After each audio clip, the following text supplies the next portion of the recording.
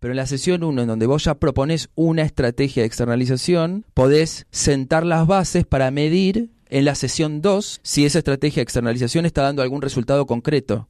La primera parte del tratamiento siempre tiene que ver obviamente con definir el motivo de consulta de la persona, qué le preocupa y dónde quiere ver resultados, pero es ayudarlo a definir, bueno, cómo se van a medir esos resultados de forma bien concreta. ¿Qué tiene que pasar en forma conductual? ¿Qué conductas tiene que incorporar la persona a su repertorio para lograr eso? Esto es TDAH de alto rendimiento, un podcast original de INECAP sobre el trastorno por déficit de atención con o sin hiperactividad en adultos. Soy Manuel Pastene, psicólogo y cofundador de INECAP, un instituto especializado en la evaluación y tratamiento del TDAH y otros trastornos de las funciones ejecutivas en adultos. Y yo soy Gabriel Brenner, médico especialista en psiquiatría y también cofundador de INECAP. Junto a Manuel llevamos más de una década especializándonos en TDAH del adulto y sus comorbilidades. En cada episodio presentaremos estrategias y conocimientos basados en evidencia científica y nuestra experiencia profesional. Y ahora sí, prepárate para escuchar este nuevo episodio.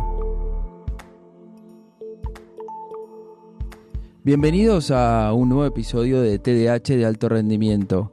Y como siempre estamos acá con Manu y hoy vamos a hablar de un tema súper interesante porque tiene que ver con algo que es muy específico de lo que tiene que ver con la rehabilitación de los pacientes que tienen disfunción ejecutiva, especialmente los pacientes adultos que tienen TDAH y otros trastornos que generan afectaciones cognitivas. Y el tema es la externalización, una categoría de técnicas y estrategias específicas que los terapeutas entrenados en este tipo de problemáticas debemos manejar porque es parte esencial de cualquier tipo de tratamiento rehabilitatorio, ¿no, Manu?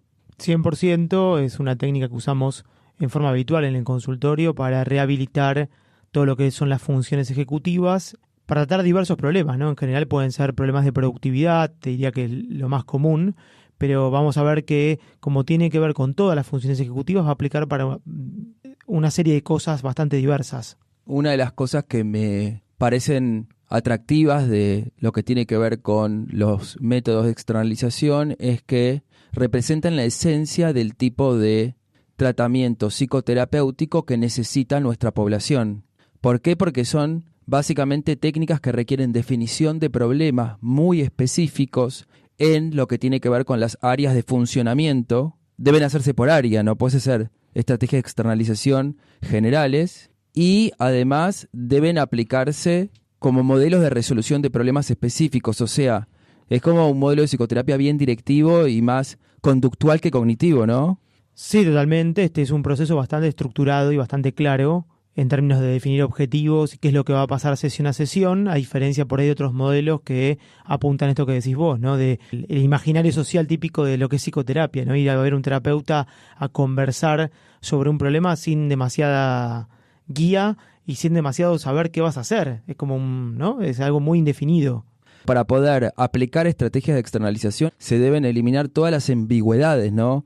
Bueno, te vendría bien mejorar y ser más aplicado. Me parece que tu problema es que no sos muy aplicado. En lo que tiene que ver con la externalización, eso es como el anti-modelo de externalización. Bueno, por eso insistimos tanto en la necesidad de que se evalúen. ¿Por qué? Porque una buena evaluación al final termina siendo un buen tratamiento. Si no evalúas en detalle cuáles son las dificultades que tiene el paciente en cada nivel, cómo funciona cada función ejecutiva, es muy difícil después saber qué grupo de estrategias tenés que usar para ese caso particular. Claro, porque las estrategias de externalización van a tener que ver con estrategias de, por ejemplo, estrategias que podemos aplicar a síntomas. Entonces, estrategias de externalización para problemas de atención o estrategias de externalización para problemas de hiperactividad, o también podemos pensar las estrategias de externalización en función de las funciones ejecutivas o las disfunciones ejecutivas. Por ejemplo, pensando en fallas de memoria de trabajo o también en función del área de funcionamiento. Sí, pues no es lo mismo vos tenés problemas para manejar el tiempo en el trabajo y aplicado a tu productividad. Bueno, por ahí apliquen cierto grupo de estrategias. Podés tener también problemas para manejar el tiempo, no sé, en el área doméstica. Seguramente va a haber alguna similitud en algunas estrategias, pero es otro grupo de estrategias específicas para esa área en particular. Después, si hay algunas estrategias transversales que atraviesan, quiero decir, varias áreas, bueno, se identifican y se trabajan de esa manera en forma transversal, pero en general requiere una evaluación bastante minuciosa de cómo funciona esa función ejecutiva en el área de funcionamiento específica. Se requiere conocer y entender un montón de variables para poder después tomar la decisión respecto de cuál es la técnica que vamos a implementar. Y lo otro interesante de la externalización es que se parece un poquito a aprender un deporte, ¿no? Porque no es que yo puedo decirte, ¿no? Si jugás al tenis, yo puedo ir y decirte lo que te conviene para esta situación de partido es pegar un drive paralelo, ¿no? Además de eso, tengo que enseñarle cómo ejecutar el drive y tengo que hacer que practique ese drive en múltiples ocasiones para ver cómo funciona y además determinar si esa persona puede ser capaz de pegar bien ese golpe, porque después hay personas que idealmente tendrían que usar ese tipo de golpe o tiro en deporte, pero no tienen condiciones físicas o cognitivas para usarlo. Entonces, bueno, tendríamos que usar otra estrategia. Por eso es muy iterativa. A los dos nos encanta el deporte y nos gusta, nos sirve para pensar muchas cosas. Vos tenés que, evaluás un jugador y evaluás una serie de variables y ese jugador por ahí vos detectás que tiene que mejorar algo. Y un buen entrenador en general lo que hace es tratar de hacer un plan integral en donde va uniendo puntos entre las cosas, ¿no? Entre la estrategia que tiene que usar ese jugador, qué punto de la técnica tiene que mejorar, la condición física, qué aspecto mental. La psicoterapia para mí tiene un punto de contacto con lo que hace un entrenador en deporte, porque al final no es solo definir, es una buena definición de problema, que es lo que vos decías al principio, definir, eso es fundamental, depende de la evaluación, como decíamos antes, que es bien específica, y después es enseñarle al paciente a unir esos puntos para que tenga un plan bien integral. ¿Se entiende? Es darle la estrategia correcta para el tipo de problema que tiene, qué técnicas va a usar, ¿sí? Que para poder ejecutar esa estrategia y qué tácticas tiene que tener en cuenta depende del área de funcionamiento y después qué otras variables pesan. Por ejemplo, que en un deporte también aplican, el sueño, ¿tiene algún tipo de peso? Sí, claro que sí. Todo el tema de la alimentación, ¿no? Todo ese tipo de variables que por ahí no tenés en cuenta y que decís, ¿qué tiene que ver eso con que yo no soy productivo? Sí, tiene mucho que ver.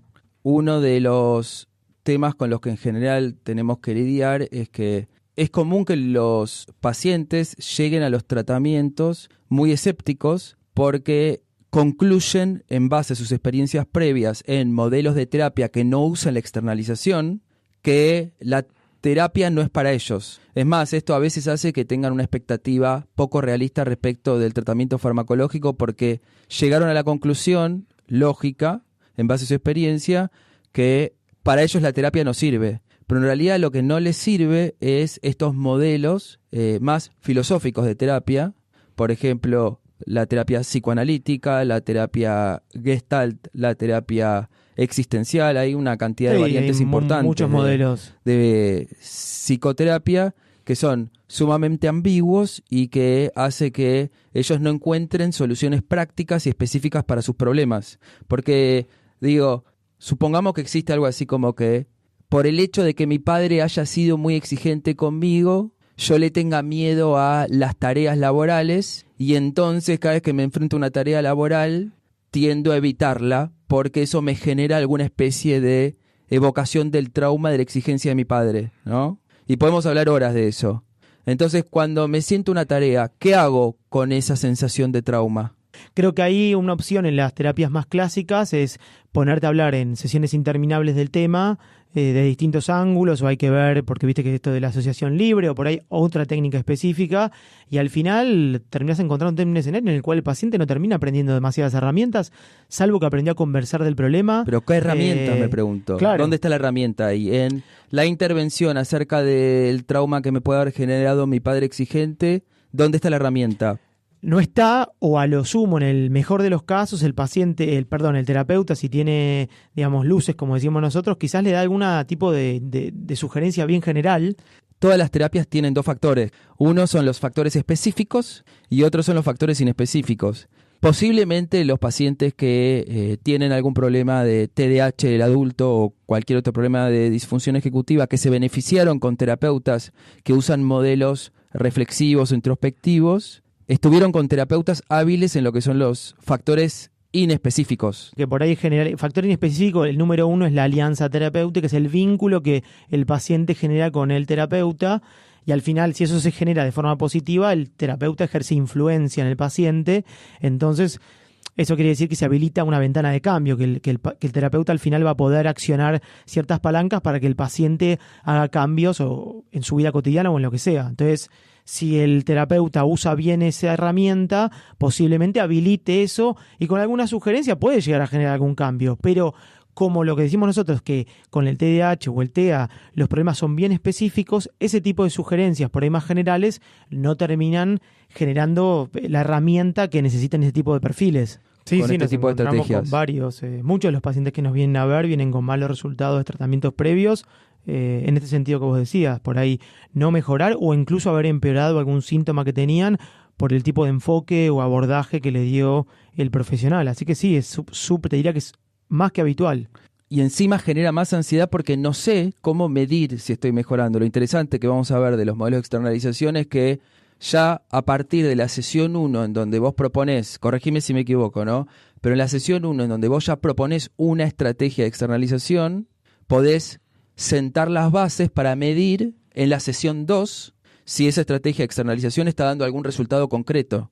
Armar la primera parte del tratamiento siempre tiene que ver obviamente con definir el motivo de consulta de la persona, qué le preocupa y dónde quiere ver resultados, pero es ayudarlo a definir, bueno, cómo se van a medir esos resultados de forma bien concreta. ¿Qué tiene que pasar en forma conductual? ¿Qué conductas tiene que incorporar la persona a su repertorio para lograr eso y ver mejora en el tiempo? Así que eso es la base de cualquier tratamiento en psicoterapia, por lo menos en lo que nosotros hacemos. Por eso, no estoy exagerando respecto de que posiblemente en las primeras 4 sesiones ya esté planteado el escenario como para medir si hay progreso o no con la terapia, a diferencia de estos otros modelos en donde no se sabe ni se mide si hay progresos o no, ni hay ningún tipo de sistema o método diseñado para medir el progreso.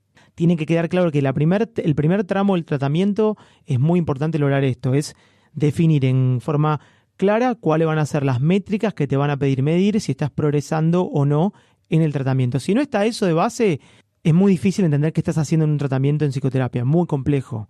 De todos modos, no deja de ser un oficio muy personalizado y como cada paciente es tan diferente, no sabemos qué es lo que va a funcionar y hay toda una parte única y artesanal en nuestro trabajo. De personalización del tratamiento depende del perfil del paciente. ¿Qué depende eso? Acuérdense de la evaluación que permite definir ese perfil. Por eso es tan importante la evaluación. Bueno, ahora sí, Manu, contanos qué es la externalización cognitiva. Bien, la externalización cognitiva es básicamente el proceso de trasladar información o tareas mentales a soportes externos para reducir la carga cognitiva y mejorar la eficiencia en la toma de decisiones y en la organización, que se descubrió que es una estrategia fundamental para compensar los déficits en las funciones ejecutivas. ¿Qué beneficios tiene esta técnica? Bueno, básicamente 4. Uno es reducir la carga cognitiva, te va a permitir liberar espacio en la memoria de trabajo, te va a facilitar la organización y la planificación, es decir, va a hacer las tareas más manejables y estructuradas. En tercer lugar, va a mejorar la eficiencia en la toma de decisiones, es decir, va a evitar la fatiga mental por exceso de información. Y por último, va a aumentar tu autonomía, es decir, va a reducir la necesidad de depender de la memoria interna y te va a ayudar a compensar dificultades ejecutivas. Básicamente, entonces, el resumen es que externalizar te va a ayudar a adaptar el entorno a tus necesidades cognitivas individuales. Repasando entonces, los beneficios son la reducción de la carga cognitiva, facilitación de la organización y planificación, mejorar la eficiencia en la toma de decisiones y lo más importante de todo, que es en principio el gran objetivo de los tratamientos en esta población, mejorar la autonomía. Cuando hablamos de autonomía, también nos estamos refiriendo a el trabajo en equipo. Autonomía no quiere decir trabajar solo, Manu. Autonomía quiere decir poder tomar las decisiones respecto de cómo y con quién hacer las tareas para poder llevarlas a cabo. A veces se confunde el término autonomía con que lo tengo que hacer por mi cuenta. Una de las técnicas de externalización es la inclusión de terceros. Sí, lo que armamos en NECAP son 6 categorías de externalización y vamos a hablar de cada una de ellas. La primera categoría tiene que ver con externalizar la memoria, la segunda con externalizar la planificación y la organización, la tercera con externalizar el tiempo y la productividad, la cuarta con externalizar la regulación emocional, la quinta con externalizar el pensamiento y la toma de decisiones, y por último, la externalización del entorno y del espacio físico. No se preocupen, no se tienen que aprender de memoria las categorías.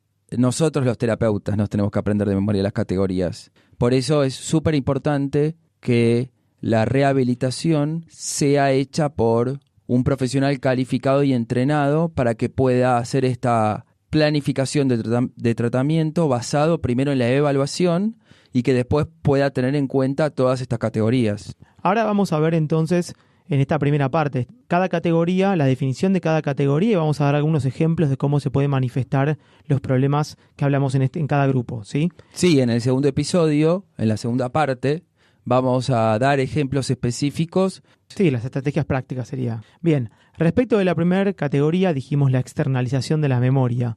Definamos este problema, o digamos, en realidad definamos cómo sería el proceso. Básicamente sería el proceso de almacenar información importante fuera del cerebro para evitar olvidos y liberar espacio mental.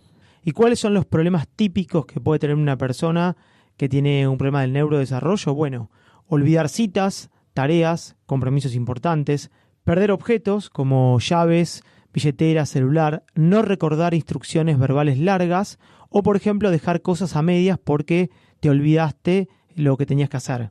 Hace muy poquito le hice una entrevista a un paciente en una primera consulta y me contaba que estaba preocupado porque tenía el cumpleaños de un amigo.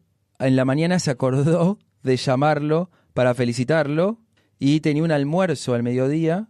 Tuvo mucho trabajo entre la mañana y el mediodía y se olvidó completamente del almuerzo y no fue al cumpleaños del amigo y se enteró al día siguiente cuando le preguntaron si fue o no fue.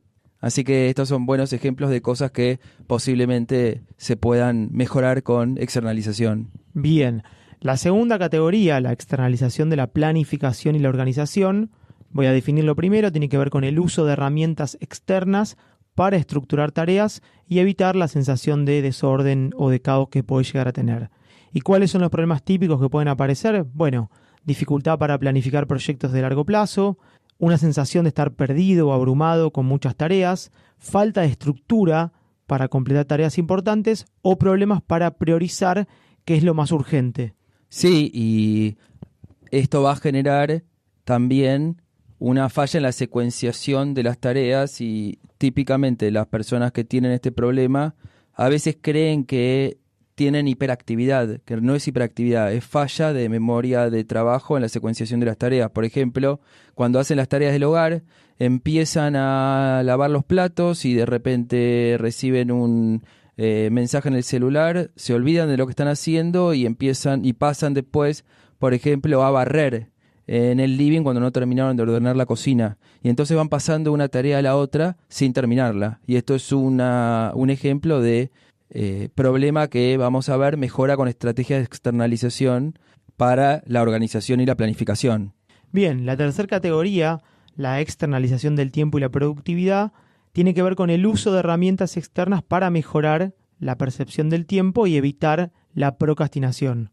¿Y cuáles son los problemas típicos acá? Bueno, subestimar o sobreestimar cuánto tiempo te va a llevar una tarea, perder la noción del tiempo cuando estás concentrado en algo. Hemos hablado muchísimo del hiperfoco en los episodios, así que pueden repasar alguno. Sí, de la inflexibilidad cognitiva. Perfecto. Tener dificultades para iniciar o terminar tareas. También hemos hablado mucho de la activación y las transiciones. Y por último, procrastinar y posponer actividades importantes. Sí, es clave que tanto la falla en la inhibición como la falla en lo que es la memoria de trabajo verbal y no verbal generan lo que tiene que ver con problemas en el manejo del tiempo y para eso usamos estrategias de externalización, pero también hay que tener en cuenta que problemas relacionados con lo que es la inflexibilidad cognitiva y los intereses restringidos pueden generar este tipo de problemas y vamos a ver que las estrategias de externalización son bien diferentes en función de si es un tema de memoria de trabajo, un problema de inhibición o un problema de inflexibilidad cognitiva. Y voy a agregar un punto más como psiquiatra, Manu. Los centros del cerebro que están afectados en las personas que tienen inflexibilidad cognitiva y problemas de manejo del tiempo por eso son diferentes y en ciertos casos, lo que tiene que ver con estas estrategias de modificación de conducta tienen un efecto muchísimo más importante que la medicación. La medicación puede ayudar para otras cosas, pero para lo que tiene que ver con la pérdida de la percepción del tiempo, o lo que tiene que ver con los intereses restringidos, la medicación no da muy buenos resultados. Con lo cual las estrategias de externalización, vamos a ver, son claves para esta población. Bien, y pasando a la cuarta categoría, la externalización de la regulación emocional. Esta categoría tiene que ver con estrategias para manejar emociones y reducir la impulsividad mediante herramientas externas, valga la redundancia. ¿Y cuáles son los problemas típicos? Bueno, explosiones emocionales o dificultad para controlar la frustración, dificultad para identificar emociones antes de reaccionar, tener cambios de humor repentinos o, por ejemplo, sensación de vergüenza o culpa después de actuar impulsivamente. Sí, con lo cual, nuevamente, pensemos en, por ejemplo, cuando te tenés que sentar a trabajar en un proyecto nuevo en el que no tenés experiencia. Eso te puede generar una sensación de miedo o de ansiedad, y esa sensación de miedo o ansiedad, si no la reconoces rápidamente, puede interferir con que puedas activarte y empezar, o sea, te desregulás. Entonces vamos a ver qué tipo de estrategia de externalización podemos usar para ayudarte a regularte si te encontrás en una situación de ese estilo. En este sentido, te recomendamos mucho, si no los escuchaste, ir a los episodios de procrastinación, el episodio de los síntomas ocultos del TDAH y el episodio de hipercomplejización. Bien, la quinta categoría, que tiene que ver con la externalización del pensamiento y la toma de decisiones, tiene que ver con el uso de herramientas externas para clarificar tus ideas y mejorar el proceso de toma de decisiones. ¿Y cuáles son los problemas típicos que aparecen? Bueno, actuar sin pensar en las consecuencias, dificultad para organizar los pensamientos antes de hablar, te diría que es muy típico, problemas para analizar pros y contras antes de decidir y una sensación de confusión o bloqueo mental al tomar decisiones. Y agrego acá que puede pasar esto con decisiones muy chiquitas o decisiones grandes. Otro ejemplo que me comentaba un paciente que necesitaba estrategia de externalización es que cuando no tenía entrenamiento a la hora de estudiar y leer textos, cuando estaba en la facultad, y se juntaba a estudiar con unas compañeras que realmente eran muy buenas para estudiar, cuando él comparaba un libro y otro, que había subrayado cada uno, o sea, sus compañeras de estudio y que había subrayado él decía que él había subrayado casi todo lo opuesto que lo que habían subrayado sus compañeras de trabajo, pero que además él había subrayado casi todo el libro cuando sus compañeras de trabajo habían subrayado solamente segmentos muy puntuales. Y esto habla de no tener, vamos a ver después, porque subrayar en sí mismo posiblemente no sea una estrategia de externalización. Así que vamos a ver qué tipo de estrategia de externalización podemos usar para la toma de decisiones, para poder priorizar a la hora, por ejemplo, de estudiar. Sí, y este tema tiene que ver mucho con la hipercomplejización. Vuelvo a repetir lo que dijiste antes, vayan al episodio porque la verdad que tiene que ver mucho con este tema. Lo vamos a retomar la próxima, pero para que lo tengan en cuenta. Sí, es un mini adelanto, pero nunca lo hablamos esto, Manu. Pero ¿cuál es tu opinión? ¿Subrayar en sí mismo en un texto es una estrategia in situ de externalización? Es una parte de una estrategia, digamos, es una parte. Si te quedas solo con eso no te va a funcionar. Es una parte porque te permite seleccionar información relevante, que es una parte del proceso, pero Sí. muchas personas solo se quedan con eso y al final no terminan entendiendo cómo hacer la selección. Y acuérdense que con la hipercomplejización es todo un problema el filtrado de la información, entonces empiezan a subrayar una cantidad gigantesca de texto y les cuesta mucho la síntesis. Después lo explicamos bien en detalle, pero ese te diría que es el problema básico. O sea, el hecho de saber que tengo que subrayar no sirve para poder usar eso como una buena estrategia de externalización. Hay una serie de pasos que tengo que seguir para que eso sea efectivo. Es una parte en la secuencia, pero si toda tu secuencia es esa, va a fracasar el tema. Creo que alguna vez me habías dicho que inclusive si uno no sabe usar esa estrategia, la de subrayar, puede no solo no servir para estudiar, sino que hasta puede empeorar el estudio.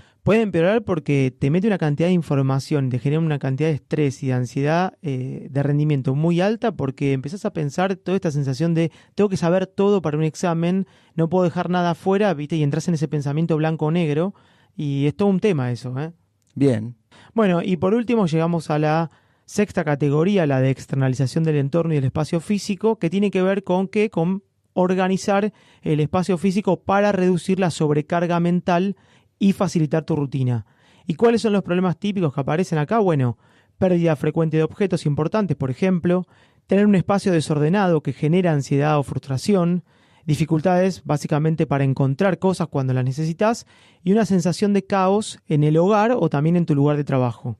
Sí, que una de las cuestiones claves de los problemas que tienen que ver con lo que se resuelve con la externalización del espacio físico y el entorno es que generan desregulación y generan inestabilidad emocional que al final van a terminar interfiriendo con el funcionamiento. Y por otro lado también, al tener que hacer más esfuerzo cognitivo a la hora de gestionar los objetos, gestionar el espacio, genera más estrés y genera más fatiga, lo cual reduce los niveles de energía disponible para aplicarlos, usarlos a una tarea en particular. Porque imagínate que si tenés que sentarte a estudiar y cuando te sentás a estudiar tu escritorio está lleno de otros materiales de estudio y para poder acceder a ese material de estudio tenés que buscar entre muchos libros o tenés que entrar a las diferentes carpetas en el correo electrónico para encontrar ese material de estudio y recién ahí vas a poder sentarte a estudiar, pero tenés que sacar las cosas del escritorio porque el escritorio está lleno de cosas. Pensá toda la energía que invertiste solamente para poder sentarte a estudiar. Y una vez que te sentás a estudiar, ya desde luego estás cansado, frustrado y desregulado. Por eso son tan importantes estas estrategias de externalización. En el episodio de hoy vimos en esta primera parte de externalización aspectos esenciales de psicoterapia o rehabilitación conductual que posiblemente necesites si tenés algún trastorno del neurodesarrollo y cuáles no te van a servir. También explicamos por qué la evaluación especializada no solo sirve para diagnosticar, sino para el diseño adecuado del tratamiento. Hablamos de la externalización y cuáles son sus beneficios, y por último explicamos las diferentes categorías y qué problemas resuelve cada una de ellas. Recuerden que la externalización requiere un diseño específico y personalizado según el perfil de cada persona. En el próximo episodio vamos a contar por qué es importante acceder a un profesional o plataforma especializada que permita la implementación correcta de estas estrategias. Nos vemos en el próximo episodio.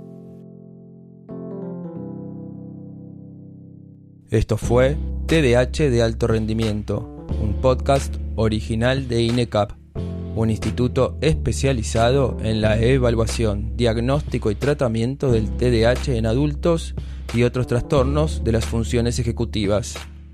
Si querés saber más sobre nuestras evaluaciones automatizadas y personalizadas, visita nuestra web en www.inecap.org. Repito, www.inecap.org. Allí puedes iniciar tu evaluación y obtener una consulta especializada desde cualquier parte del mundo. No olvides suscribirte en tu plataforma favorita como Spotify, Apple Podcasts o YouTube para no perderte nuestros próximos episodios. Apreciamos mucho cada reseña y comentario que nos dejás, ya que nos ayudan a llegar a más personas. Gracias por dedicar tu tiempo y atención a escucharnos. Nuestra misión es difundir conocimiento y generar conciencia sobre el TDAH en adultos.